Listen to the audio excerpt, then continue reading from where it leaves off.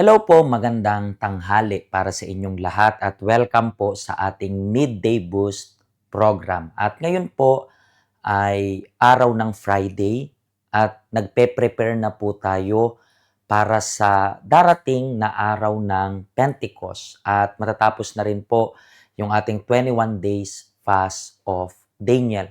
At itong fast of Daniel na ito ay isang part ng preparation na ginagawa natin para sa araw ng Pentecost. And as you know, nung linggo po ng pagkabuhay, 'di ba? Binigyan namin kayo ng oil na ginamit ninyo para i-anoint yung sarili ninyo araw-araw with one particular and most important na prayer request.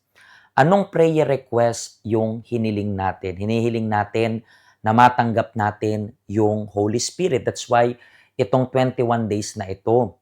At take note rin po, ipagpapatuloy natin yung topic ng the ministry of the Holy Spirit kasi I found it even more interesting yung mga susunod nyon. So tatapusin natin yung book na yan. So at least pwede nyo akong masabayan sa ating topic. Kahit tapos na yung 21 days, kahit tapos na yung patungkol sa Pentecost, we are going to continue talking about the Holy Spirit kasi hindi tayo pwedeng magsawa sa pakikipag-usap or sa napag-usapan yung tungkol sa Espiritu Santo kasi yan yung pinaka-importante sa ating buhay. And while we are preparing sa 21 days na ito na matatapos sa Sunday at araw ng Pentecost, ano yung pag-uusapan natin ngayon? Ngayon ay day 19 ng ating 21 days fast of Daniel. And we are going to talk about itong applying this knowledge in daily life. So, when we talk about kasi kaalaman, how many times yung mga tao akala nila porket or feeling nila porket marami na silang alam is nagagawa nila kung ano yung salita ng Diyos. Pero tandaan ninyo po, ang dami ng kaalaman ay hindi nasusukat kung ginagawa mo ba kung ano yung ginagawa mo or sumusunod ka ba sa kung anong nalalaman mo. And tingnan nyo po yung advice para sa atin for today. Nakasulat po sa libro ng Santiago, chapter 1, verse 22. Maging tagatupad kayo ng salita at huwag maging tagapakinig lamang na dinadaya ninyo ang inyong mga sarili. So, dito si James, nagbigay siya ng advice, nagbigay siya ng warning para sa atin na okay na marami kang kaalaman, pero ang dami ng kaalaman ay hindi pa kumpleto. Makukumpleto lang yung kaalaman mo kung yung kaalaman na yon ginawa mo yung makakaya mong tuparin kung ano yung inuutos ng Diyos. The same thing sa pagtanggap ng Espiritu Santo. Kung gusto nyo po talagang matanggap yung Holy Spirit, ang dami na naming binigay na tips, ang dami na nating binigay sa inyong lessons, ang daming binigay na natin sa inyo na Bible study na pinag-uusapan yung pagtanggap ng Holy Spirit. But kung hindi nyo naman i-apply itong mga lessons na to, wala rin pong kwenta. Just like itong testimony na mapapanood natin today. I would like you to pay attention in this testimony and then afterwards, gagawa tayo ng prayer. So make sure na meron po kayong baso ng tubig dyan.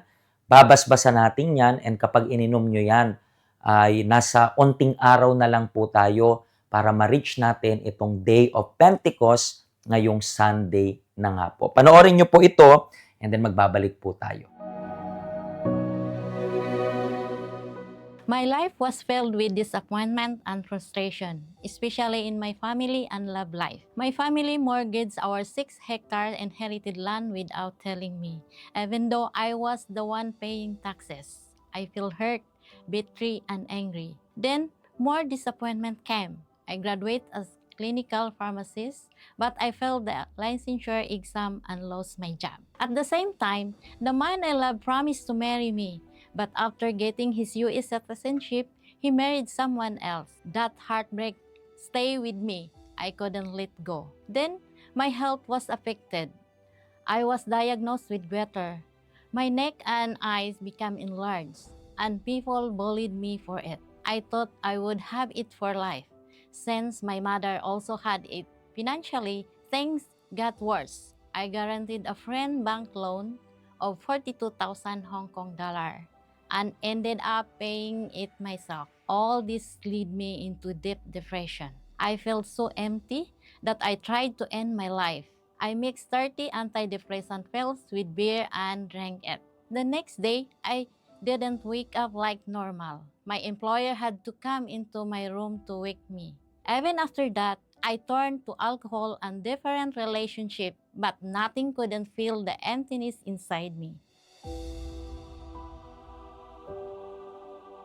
Until one day, I accepted an invitation to the health center. The servant of God guided me and helped me to understand that I needed deliverance. So I chose to continue. I joined a chain of prayer for inner healing and freedom from depression. When the doctor told me I needed a surgery that would cost 4,000 Hong Kong dollar, I rejected it. By faith, I anoint my neck with blessed oil and determined my healing. Then I joined my purpose because I want Holy Spirit. I was tired of trying to fill the emptiness by my own way. I understand that He was the only solution. So I made decision to surrender everything, my disappointment, my frustration, my illness, and my bad habits. After my deliverance, I sincerely welcome the Holy Spirit. He now has a place in my heart. I chose to live righteousness. I involved myself in the work of God. I let go my grudges. I forgave myself, my ex-boyfriend, and sibling, and those who bullied me. I walked away from relationships that did not honor God. Every day, I align my thoughts with God. Early in the morning, through prayer and His Word. And slowly, everything changed. The emptiness inside was placed with peace and joy. Today, I am free from depression and grudges. I am completely healed from goiter. My relationship with my siblings has been restored. I was able to redeem our land and now it generates income for my family. I am debt free and I have saving. And above all, I have the Holy Spirit living inside me, filling every space that was once empty. The key to my transformation was surrendering everything I was hold on to. So makikita nyo po dito na merong pagbabago at pagtanggap ng Holy Spirit. Bakit? Kasi una, nakinig siya.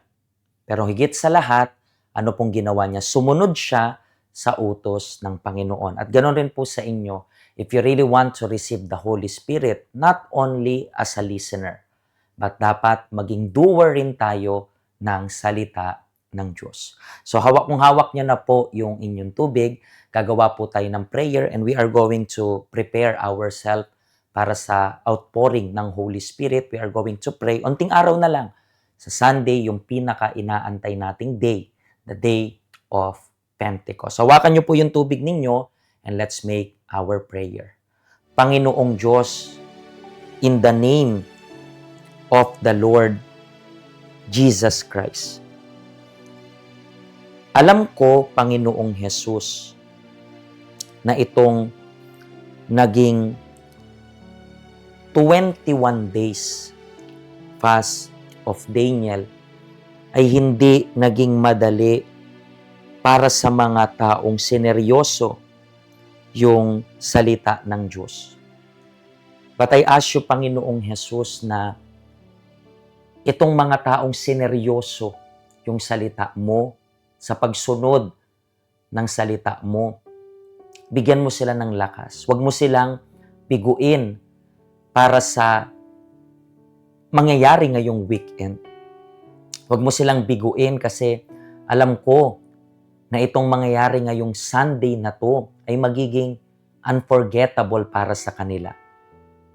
It's going to mark yung before and after ng buhay nila. So, Panginoong Diyos, kung meron man dito na nangihina, kung meron man dito, Panginoong Jesus, na parang nadidismaya, kung meron man dito, Panginoong Jesus, na parang napanghihinaan ng loob, hayaan mo na sa pamamagitan, Panginoong Diyos, ng tubig na ito, magdala ito ng lakas, magdala ito ng kapangyarihan para sa kanila. Mga kaibigan, tanggapin niyo po ngayon gamit yung tubig na to, sa oras na inumin nyo to, tatanggapin ninyo yung kaayusan, kalakasan, para masunod yung salita ng Diyos. Pwede nyo pong inumin yung tubig na yan at tanggapin nyo po ngayon ang kalakasan na nagmumula sa Panginoon. Sa pangalan ni Kristo Jesus, be strengthened right now. Kasi ngayon din, hinayaan ng Diyos na maranasan ninyo yung power niya sa pamamagitan ng Espiritu Santo. Ito yung aking prayer by faith sa pangalan ng Ama, ng Anak at ng Espiritu Santo. Amen. Amen. Mga kaibigan, bisitahin mo kami ngayong weekend na to para sa ating Day of Pentecost. Nandito po yung ating schedule ngayong weekend. Bukas, 10 a.m. Meron rin po tayo sa Sunday, 7 a.m. sa Tagalog, 10:30 sa Chinese, 9 and 11 sa English. Ito po yung ating address. Nandyan din po yung ating helpline. Feel free to contact us. Okay? So mga kaibigan, huwag nyo pong kalimutan, i-prepare nyo po yung sarili nyo para sa Sunday ngayon, ang Day of Pentecost. At kung natulungan kayo nito, huwag nyo pong kalimutang i-share yung link ng program na ito. Pagpalain po kayo ng Diyos.